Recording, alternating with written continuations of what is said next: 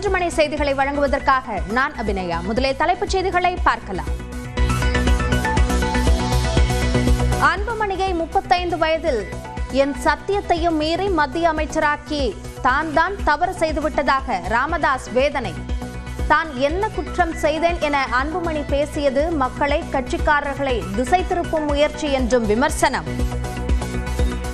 35 வயதில் மத்திய கேபினெட் அமைச்சராக்கி நான் தவறு செய்துவிட்டேன்.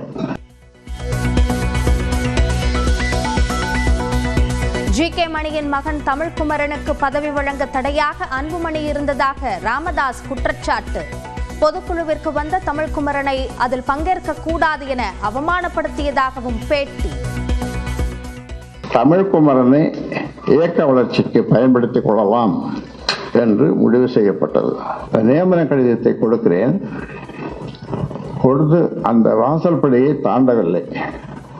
அவர் ஃபோன் பண்ணி, அண்ணன் உங்ககிட்ட ஆசிர் வரணும் அப்படின்னு, நீ உடனே ராஜினாமா செய், அதை கழிச்சு போடும், உடனே பார்க்கணும்னா பார்க்க முடியாது.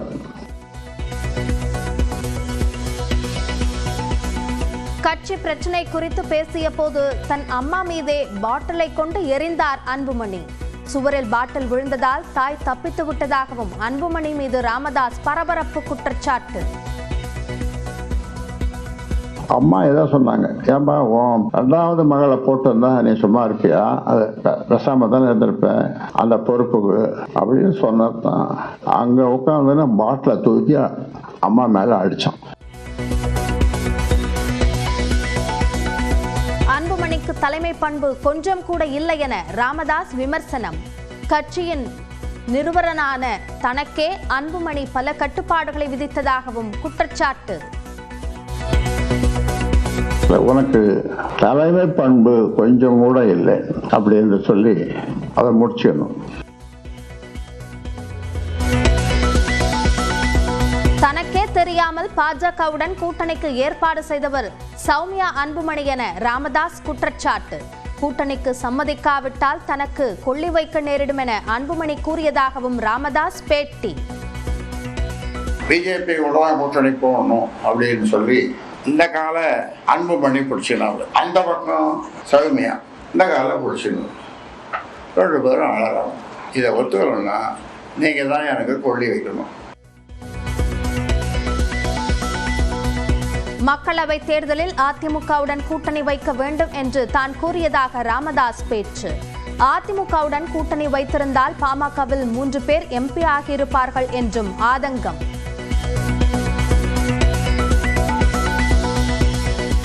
நாளை முதல் பாமக மாவட்ட நிர்வாகிகளை சந்திக்கிறார் அன்புமணி. பனையூர் அலுவலகத்தில் புதிய உறுப்பினர் அட்டை வழங்கும் நிகழ்ச்சி 3 நாட்களுக்கு நடக்க உள்ளதாக தகவல். பாமகவின் இளைஞர் சங்க தலைவர் பொறுப்பிலிருந்து முகுந்தன் ராஜினாமா. அன்புமணி ராமதாஸ் தான் கட்சியின் எதிர்காலம் என்ற உணர்வுடன் தொடர்ந்து பணியாற்றுவேன் என உறுதி. பூத் கமிட்டி அமைக்கும் பணிகளை ஜூன் மாதத்திற்குள் முழுவதுமாக முடித்துக் கொடுக்க வேண்டும். சென்னையில் அதிமுக மாவட்ட செயலாளர்கள் மற்றும் பொறுப்பாளர்கள் கூட்டத்தில் பொதுச் செயலாளர் எடப்பாடி பழனிசாமி பேச்சு. வழக்கமான நடைமுறையின் அடிப்படையிலேயே கீழடி அகழாய்வு அறிக்கை குறித்து திருத்தம் கேட்கப்பட்டது. அறிக்கையை வெளியிட தொல்லியல் துறை தயக்கம் காட்டுவதாக கூறுவது கற்பனை கதையே என்று மத்திய அரசு விளக்கம்.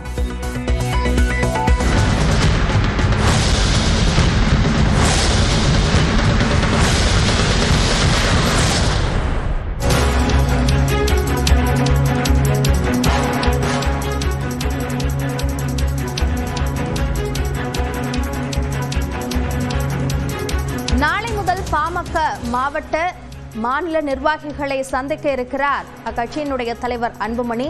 அதனை முக்கிய செய்தியாக நாம் பார்க்கிறோம். பனையூர் அலுவலகத்தில் புதிய உறுப்பினர் அட்டை வழங்கும் நிகழ்ச்சி 3 நாட்களுக்கு நடக்க உள்ளதாகவும் தகவல் வெளியாக இருக்கிறது. இது தொடர்பான கூடுதல் விவரங்களை நம்முடைய சிறப்பு செய்தியாளர் கோகுலிடம் கேட்கலாம். கோகுல், இந்த 3 நாட்களுக்கு நிர்வாகிகளை சந்திப்பது, புதிய உறுப்பினர் அட்டை வழங்குவது, இதை எப்படி புரிந்து கொள்வது?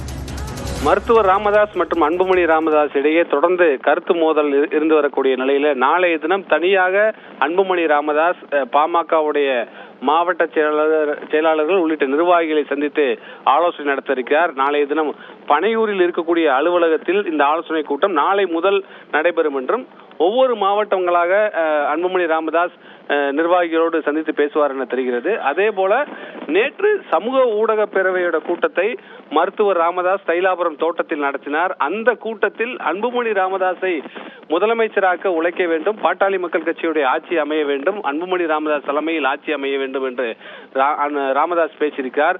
திடீரென அவருடைய பேச்சில் மாற்றத்திற்கான காரணம் என்ன என்பது ஒரு கேள்விக்குறியா இருக்கிறது. நேற்று பேசிய மருத்துவர் ராமதாஸ் இன்று சராமரியாக அன்புமணி ராமதாஸை குற்றம் சாட்டி பேசியதற்கான காரணம் என்ன, பின்னணி என்ன, அந்த பின்னணியில் யார் அவரை இயக்குகிறார் என்ற பல்வேறு கேள்விகளை பாட்டாளி மக்கள் கட்சியைச் சேர்ந்த தொண்டர்களும் நிர்வாகிகளும் சமூக வலைதளங்கள் வாயிலாக ராமதாஸிடம் கேட்டு வருகிறார்கள். தொடர்ந்து இருவருக்கும் கருத்து மோதல்கள் இருக்கக்கூடிய நிலையில அன்புமணி ராமதாஸ் நாளை முதல் பாட்டாளி மக்கள் கட்சியுடைய மாவட்ட செயலாளர்கள் உள்ளிட்ட நிர்வாகிகளை தனித்தனியாக சந்தித்து ஆலோசனை நடத்த இருப்பது ஒரு முக்கியத்துவம் வாய்ந்ததாக பார்க்கப்படுகிறது. கோகுல், அன்புமணி தனியாக மாவட்ட நிர்வாகிகளை சந்திப்பதை இயல்பாக கட்சியினுடைய பணிகளை தொடர்ந்து நான் செய்கிறேன் என்ற செய்தியை இதன் மூலமாக உணர்த்துகிறாரா, அல்லது தான் கட்சியை கட்டுப்பாட்டிற்குள் வைக்கிறேன் என்ற செய்தியை சொல்லும் விதமாக அவருடைய இந்த செயல்பாடு அமைந்திருக்கிறது? நிச்சயமாக, அதாவது ஏற்கனவே மருத்துவர் ராமதாஸ் தான் தலைவர் என்றும் செயல் தலைவராக அன்புமணி ராமதாஸ் செயல்படுவார் என்று கூறி தைலாபுரம் தோட்டத்தில் தனித்தனியாக நிர்வாகிகளை சந்தித்து ஆலோசனை நடத்தி வருகிறார். குறிப்பாக முதலில் மாவட்ட செயலாளர் கூட்டத்தை நடத்தினார். பின்னர் சமூக ஊடக பேரவை, வன்னியர் சங்கம் என தனித்தனியாக ஆலோசனை நடத்திய நிலையில் இன்றைய தினம் பல கருத்துக்களை சராமரியாக குற்றச்சாட்டுகளை அன்புமணி ராமதாஸ் மீது மருத்துவர் ராமதாஸ் தெரிவித்திருக்கக்கூடிய நிலையில் நிர்வாகிகளிடம் இது குறித்து விளக்க வேண்டிய கட்டாயத்தில் அன்புமணி ராமதாஸ் இருக்கிறார். ஆகவே நிர்வாகிகளை நாளை முதல் சந்திப்பதற்கு அவர் திட்டம் முடிவு செய்திருக்கார். நாளை முதல் புதிய நிர்வாகிகளை உறுப்பினர்கள் சேர்ப்பது தொடக்கம் உள்ளிட்ட பல்வேறு கட்சி ரீதியான அடுத்த கட்ட நடவடிக்கைகளை தீவிரப்படுத்த வேண்டிய கட்டாயத்தில் அன்புமணி ராமதாஸ் இருக்கிறார். அந்த அடிப்படையில் தான் இந்த கூட்டத்தை நாளை முதல் அவர் நடத்துவதற்கு திட்டமிட்டிருக்கார். தனித்தனியாக இருவரும் ஆலோசனை நடத்தினாலும் தலைவர் என்ற பதவியோடு தான் அன்புமணி ராமதாஸ் இந்த கூட்டத்திற்கு நிர்வாகிகளுக்கு அழைப்பு விடுத்திருப்பதாக நமக்கு தகவலா இருக்கிறது. அபிநயா, கோகுல், இன்னொரு விஷயம் நீங்க குறிப்பிட்டீங்க, சமூக பேரவை கூட்டம், அந்த கூட்டத்தில் அன்புமணிக்கு ஆதரவாக செயல்பட வேண்டும் என்ற அறிவுறுத்தலுக்கு பிறகு இந்த செய்தியாளர் சந்திப்பிற்கான அவசியம் என்ன என்று. இந்த செய்தியாளர் சந்திப்பில் தெளிவாக அந்த தர்மபுரி கூட்டத்தில் அன்புமணி பேசியதற்கான ஒரு எதிர்வினையை ராமதாஸ் ஆற்றியிருக்கிறார் என்றுதான் புரிந்து கொள்ள வேண்டியிருக்கிறது. இதற்கிடையில் சமூக ஊடக பேரவையில் ஏன் அப்படி பேசினார்? நிச்சயமாக தர்மபுரியில் நடந்த கூட்டத்தில் தான் ஏன் தலைவர் பதவியிலிருந்து மாற்றப்பட்டேன் என்ற எனக்கு தெரியவில்லை என்றும் நான் எந்த தவறும் செய்யவில்லை என்றும் அன்புமணி ராமதாஸ் தெரிவித்திருந்தார். அதற்கு பதிலளிக்கும் வகையில் தான் இன்றைய தினம் தைலாபுரத்தில் செய்தியாளர்களை சந்திப்பதாக மருத்துவர் ராமதாஸ் தெரிவித்திருந்தார். நேற்றைய தினம் ஒவ்வொரு அணிகளாக சந்தித்து வரக்கூடிய நிலையில சமூக ஊடக பேரவையுடைய நிர்வாகிகளை சந்தித்து தைலாபுரம் தோட்டத்தில் மருத்துவர் ராமதாஸ் ஆலோசனை நடத்தினார். அந்த கூட்டத்தில் தொடர்ந்து நிர்வாகிகளோடு அவர் பேசி வரும்போது பாமக ஆட்சி அமைக்க வேண்டும், பாமக இடம்பெற வேண்டிய கூட்டணி வெற்றி பெற வேண்டும், பாமக கூட்டணி ஆட்சியில் இடம்பெற வேண்டும் என்ற கருத்துக்கள் பேசி வருகிறார். இருந்தபோதும் நேற்றைய தினம் அன்புமணி ராமதாஸை முதலமைச்சராக்க உழைக்க வேண்டும் என்று அவர் பேசியிருப்பதாக கூறப்படுகிறது. மாறி மாறி மருத்துவர் ராமதாஸ் எதற்கு இது போன்ற கருத்துக்களை தெரிவிக்கிறார் என்ற ஒரு கேள்வியை தொடர்ந்து பாமகவுடைய தொண்டர்கள் சமூக வலைதளம் வாயிலாக அவரிடம் எழுப்பி வருகிறார்கள். யார் மருத்துவர் ராமதாஸை பின்னணியிலிருந்து இயக்குகிறார்கள் என்ற ஒரு கேள்வியும் எழுப்பி வருகிறார்கள். தொடர்ந்து இருவருக்கும் இடையே இருக்கக்கூடிய கருத்து மோதலுக்கு எப்பொழுது முடிவு வரும் என்ற ஒரு கேள்வியும் எழுகிறது. இருந்த போதிலும் நாளை முதல் நிர்வாகிகளை சந்தித்து கட்சியை அடுத்த கட்டமாக தேர்தலை சந்திக்கும் வேகமாக நிர்வாகிகளோடு அன்புமணி ராமதாஸ் ஒரு முக்கிய ஆலோசனை நாளை முதல் நடத்துவதற்கு திட்டமிட்டிருக்கார். அபிநயா, கோகுல், முக்கியமாக ராமதாஸ் அன்புமணி இருவருக்கு இடையிலான ஒரு சமரச பேச்சுவார்த்தை நடத்துவதற்கு முக்கிய நிர்வாகிகள் முயற்சிக்கிறார்கள். அதில் மிக முக்கியமானவர் ஜி.கே. மணி. இந்த நிலையில் அவருடைய மகன் சார்ந்த சில குற்றச்சாட்டுகளை அன்புமணி மீது ராமதாஸ் முன்வைக்கிறார். இதை எப்படி பார்க்கலாம்? இருவரையும் சமாதானப்படுத்தக்கூடிய முயற்சியில ஜி.கே. மணி உள்ளிட்ட அதே போல குடும்பத்தை சேர்ந்தவர்கள், அதாவது குறிப்பாக மருத்துவர் ராமதாஸுடைய மூத்த மகள் காந்தி உள்ளிட்டவர்களெல்லாம் ஈடுபட்டார்கள். இருந்த போதிலும் மருத்துவர் ராமதாஸ் சில ஏற்கனவே இருக்கக்கூடிய பழைய கருத்துக்களை எல்லாம் முன்வைத்து அன்புமணி ராமதாஸ் மீது தொடர்ந்து குற்றச்சாட்டுகளை முன்வைத்து வருகிறார். அவரை சமாதானப்படுத்த முடியவில்லை என்ற அடிப்படையில் தான் இன்றைய தினம் முகுந்தன் இளைஞர் சங்க தலைவர் பதவியிலிருந்து விலகி இருக்கிறார். இருந்த போதிலும் அன்புமணி ராமதாஸ் தான் எங்களுடைய எதிர்காலம் என்ற ஒரு அறிக்கையையும் முகுந்தன் தெரிவித்திருக்கிறார். ஆகவே குடும்பத்தை சேர்ந்தவர்கள் அன்புமணி ராமதாஸ் பக்கம்தான் இருக்கிறார்கள். மருத்துவர் ராமதாஸ் குடும்பத்திலிருந்து கூட தனித்து விடப்பட்டாரா என்ற ஒரு கேள்வியும் எழுகிறது. ஜி.கே. மணி தொடர்ந்து மருத்துவர் ராமதாஸோடு இருக்கிறார். அவர் இருவருக்கும் இடையே தொடர்ந்து சமாதானப்படுத்தக்கூடிய முயற்சியில ஜி.கே. மணி இறங்கியிருக்கிறார். எப்பொழுது இந்த முயற்சிக்கு ஒரு முடிவு வரும் என்ற ஒரு கேள்வி எழுகிறது. ஒரு கடுமையான குற்றச்சாட்டை மருத்துவர் ராமதாஸ் வைத்திருக்கக்கூடிய நிலையில அன்புமணி ராமதாஸ் இன்றோ நாளையோ இது குறித்து ஒரு விரிவான அறிக்கையோ அல்லது நிர்வாகிகள் மத்தியில் பேசுவதற்கோ வாய்ப்பு இருக்கிறது. தொடர்ந்து கட்சி பணிகளை தேர்தல் நேரத்தில் அடுத்த ஆண்டு சட்டமன்ற தேர்தல் நடைபெறக்கூடிய நிலையில பாமக தொடர் தோல்விகளை சந்தித்து வரக்கூடிய நிலையில் தேர்தலை மையப்படுத்தி தேர்தலுக்காக கட்சியை தயார்படுத்தும் வகையில அன்புமணி ராமதாஸ் செயல்படுவார் என்று கட்சியுடைய மூத்த நிர்வாகியுடைய கருத்தாக உள்ளது. கடந்த வாரத்தில் செய்தியாளர்களை சந்தித்த போது ஜி.கே. மணி ஒரு விஷயத்தை குறிப்பிட்டிருந்தார்.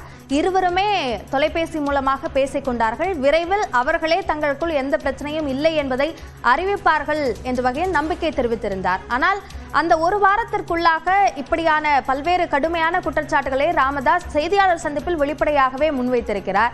எனவே இந்த சமரசம் என்பது நடப்பதற்கான வாய்ப்பே இல்லை என்றுதான் புரிந்து கொள்ள வேண்டுமா? நிச்சயமாக, அதாவது இருவரையும் சமாதானப்படுத்தக்கூடிய முயற்சியில தொடர்ந்து குடும்பத்தில் இருப்பவர்களும் அது மட்டும் இல்லாமல் ஜி.கே. மணி உள்ளிட்ட பாமகவுடைய மூத்த நிர்வாகிகளும் ஈடுபட்டு வரக்கூடிய நிலையில தொடர்ந்து அடுத்த கட்டமாக இருவரும் பேசிக் கொண்டார்கள் என்ற ஒரு தகவலாம் சொல்லப்பட்டது. விரைவில் இருவரும் சந்திப்பார்கள் என்ற தகவலாம் சொல்லப்பட்டது. ஆனால் திடீரென நேற்றைய தினம் கூட அன்புமணி ராமதாஸை முதலமைச்சர் ஆக்குவோம் என்று ராமதாஸ் பேசியிருந்த நிலையில் இன்றைய தினம் கடுமையான விமர்சனத்தை, கடுமையான குற்றச்சாட்டுகளை அன்புமணி ராமதாஸ் மீது மருத்துவர் ராமதாஸ் வைத்திருக்கிறார். இதற்கு பின்னர் எப்படி சமாதானமாக போகிறார்கள் என்று தெரியவில்லை. கூட்டணி, அதாவது அடுத்த கட்டமாக பாமக கூட்டணி பேச்சுவார்த்தை எல்லாம் நடைபெற இருக்கிறது.